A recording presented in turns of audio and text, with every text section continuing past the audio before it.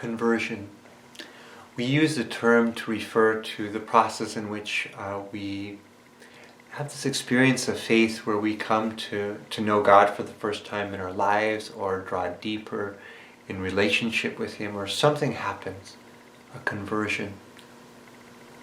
One of the most famous conversions is by a man named Paul, right? Saul, and then his name was changed to Paul, St. Paul. We know about his conversion from the Acts of the Apostles.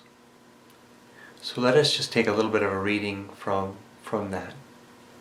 So where we're at now is on the way to Damascus. As you can see here, this is the Syrian desert. This is where it took place. What was happening? Well, let's find out. Now Paul, still breathing murderous threats against the disciples of the Lord, went to the high priest and asked him for a letter to the synagogues in Damascus, that if he should find any men or women who belonged to the way, he might bring them back to Jerusalem in chains. So remember when St. Stephen, who we read about also in the Acts of the Apostles, when he was killed, it says that Paul was there.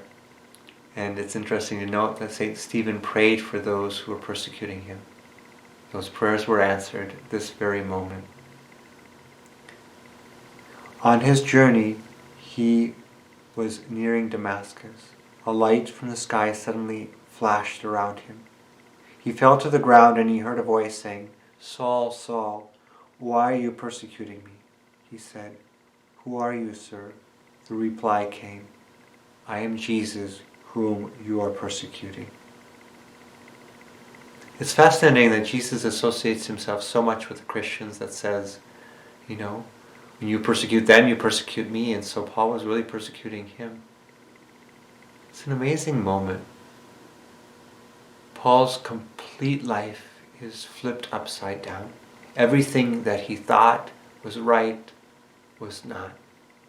It's a great moment of humility for a very proud man. And there's something about this conversion that stays with him his whole life. He never goes back. He's truly an amazing saint, amazing apostle.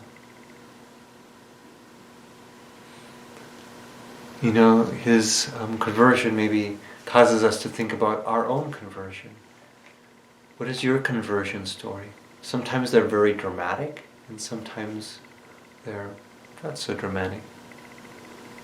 Maybe you don't have much of one, and it's an impetus to say, to pray for one, to ask for the Lord to touch you in a deep way. For me, I would say it's nothing radical. Maybe different moments of conversion in my life that are notable. One of them being when I came to college. I came to the Newman Center here at NDSU, and basically, began getting involved and began to pray, even went to daily mass. And something happened. I kind of took on my faith as my own, and that was definitely began to change things within my heart and help me to fall in love in a deeper way. Conversion and the journey. It's interesting. Even here in the Syrian desert, the faith, it continues on.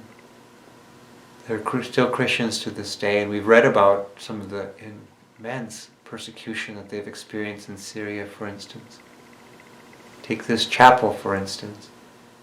This is the chapel of St. Paul in Syria. The sense that the faith has never really left amidst the major persecutions that have come.